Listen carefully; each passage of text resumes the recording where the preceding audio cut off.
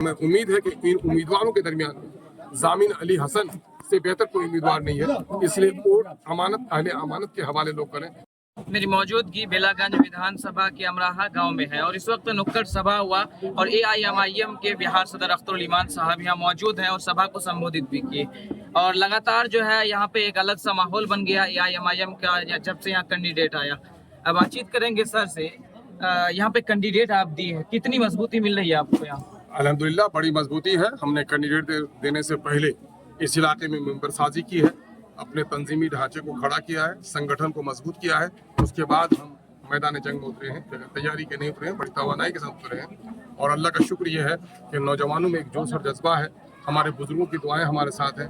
माएँ और बहनें भी ये चाहती हैं कि बरसों से हमने गुलामी की जंजीरों में कोई अपने को जकड़ रखा है और एक ही खानदान को वोट दिया है।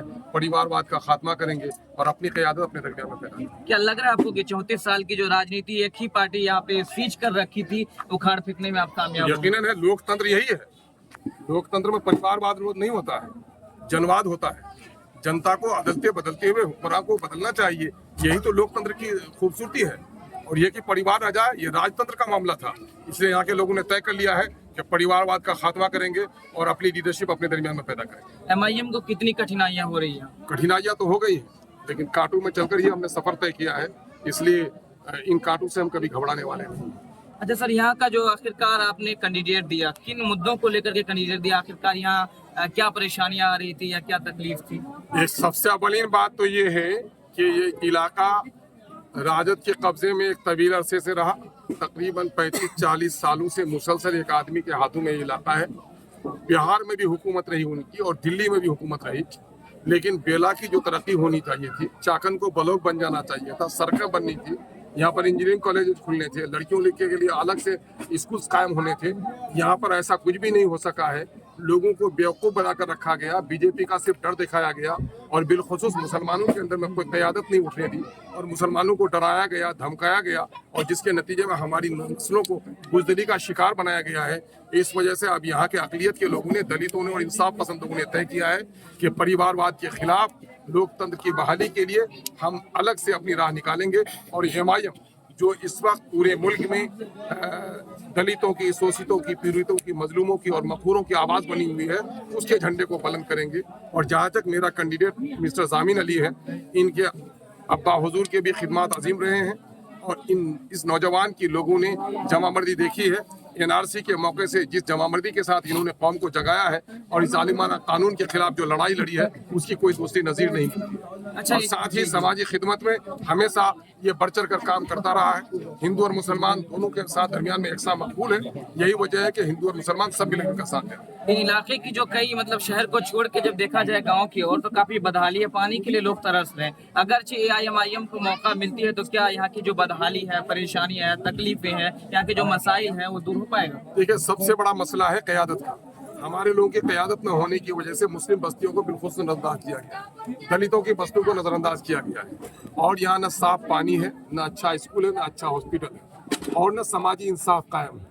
हम सबसे पहले यह समाजी इंसाफ कायम करने का काम है और ये है कि भ्रष्टाचार मुक्त एक समाज बनाने के लिए हम पहल करेंगे।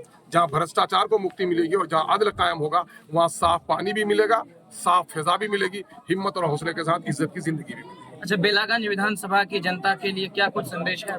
हम यही कहते हैं कि वोट आपका एक सरमाया है और ये अमानत है। अमानत अहले अमानत के हवाले कीजिए और कोई आदमी अगर गलत हो तो उसको खून देकर जिंदगी बचाई जा सकती है, लेकिन वोट तो साले लोगों को देना चाहिए और हत्ता के एक साले क़यादत सामने में आए। आज लोग फैसला सही करें। बुनियाद की ईंट अगर टेढ़ी हो गई तो इमारत टेढ़ी होगी, अगर बुनियाद की ईंट सही हुई तो इमारत सही होगी। और यकीनन है कि मजलिस इत्तेहादुल मुस्लिमीन सदाकत के साथ, अदालत के साथ, शुजाअत के साथ इमामत का दावा करे। अच्छा, जनस्वराज है जो मुस्लिम कैंडिडेट दिया है, कहीं ना कहीं लग रहा है कि उसमें खतरा है? अब भाई, जनस्वराज का मामला अब नई पार्टी है, उस पार्टी के पास लोग जनस्वराज भी कहते हैं, उसे धन स्वराज भी कहते हैं। काफ़ी धन है, बल है और मामला है कि उसके कैंडिडेट को लोगों ने आजमाया है और वो कैंडिडेट जो कभी उसको राजद के खिलाफ लोगों ने वोट दिया, यहाँ के पूर्व MLA जो इस वक्त सांसद बने हैं उसके खिलाफ लोगों ने वोट दिया था। बाद को लोगों ने देखा कि जनता ने जिनके खिलाफ उनको वोट दिया वो खुद सौदा करके उनके गोद में बैठ गया। उस पर से तो यूं भी आवाम का विश्वास उठ गया है, लेकिन फैसला आवाम को करना है। और हम कहेंगे कि पहली बार जामिन अली जैसा लीडर दरमियान में आया है, MIM पहली बार आई है, और हम बिलखुसूस यहाँ की अक़लियतों से कहेंगे कि MIM के साथ इंसाफ कीजिए। बाबरी मस्जिद टूटी है, यकीनन है हमारी अकीदत का एक मरकज टूटा है, लेकिन बिहार में मुस्लिम क़यादत को तोड़ने में राजद ने, जदयू ने, कांग्रेस ने बराबर का मामला किया है। मेरे साथ इंसाफ कीजिए और इन लोगों को धूल चटाइए और मेरे उम्मीदवार को जिताने का काम। क्या बेलागंज विधानसभा फतेहाब हो रहे हैं आप? इंशाअल्लाह जो कुछ फिजा में देख रहा हूँ, आवामों की पेशानी पे जो एतमाद की लकीरें मैं देख रहा हूँ, इंशाअल्लाह पार्टी फतेह होगी। चलिए, बातचीत हुई बिहार सदर AIMIM अख्तरुल ईमान साहब से, और बातचीत के बाद से इस बेलागंज विधानसभा का जो माहौल है काफ़ी ज़्यादा मतलब कि एक अलग माहौल दिख रहा है, एक अलग रुझान है इस बेलागंज विधानसभा के वासियों से। मैं कहना चाह रहा हूँ कि क्या कुछ माहौल है, कमेंट कीजिएगा। और जय हिंद, जय भारत।